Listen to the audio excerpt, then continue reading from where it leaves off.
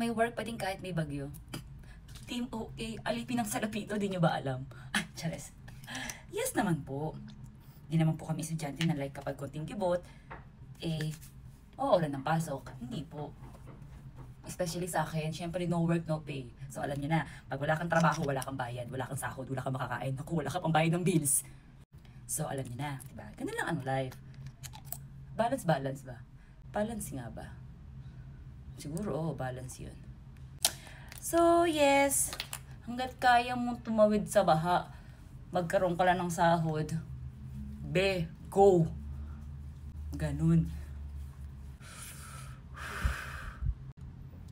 Alam nyo guys, 12 years na ako sa Showtime, pero 2 beses ko palang naranasan na hindi matuloy ang live dahil sa bagyo.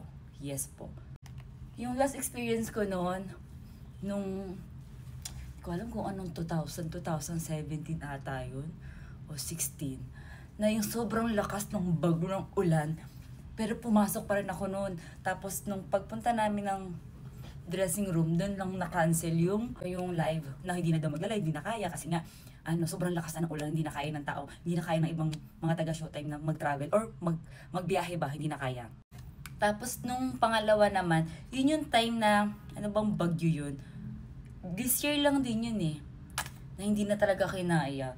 So, kinancel yung live. So yun, 2 beses ko palang nararanasan yun. I-cancel yung live. Sa sobrang lakas ng ulan.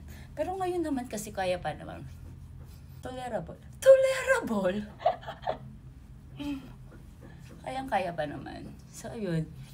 Dahil sa tulad ko na yes po, ang dami kong bills na binabayaran. Hanggat kayang pumasok, papasok. So yun lang mga Team OA. Wala naman o umaraw. Okay, yun lang. Ganon, bumagyo man, basta kayang pumasok at may papasok, go ang live.